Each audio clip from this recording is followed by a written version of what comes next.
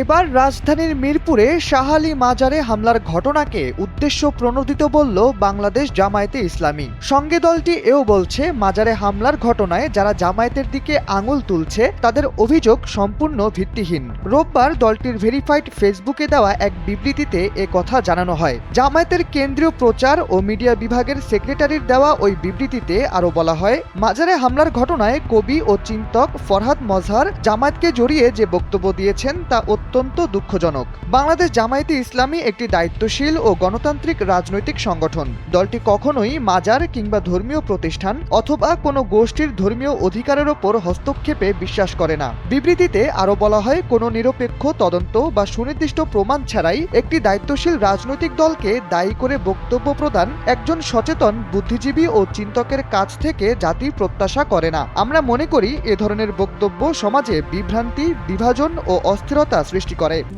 RICL TMX, যুগের পর যুগ স্থাপনা থাকে মজবুত। পাশাপাশি দলটি শাহ আলী মাজারে ঘটে যাওয়ার ঘটনার সুষ্ঠু ও নিরপেক্ষ তদন্তের মাধ্যমে প্রকৃত দোষীদের শনাক্ত ও বিচারের আওতায় আনার জোর দাবি জানায়।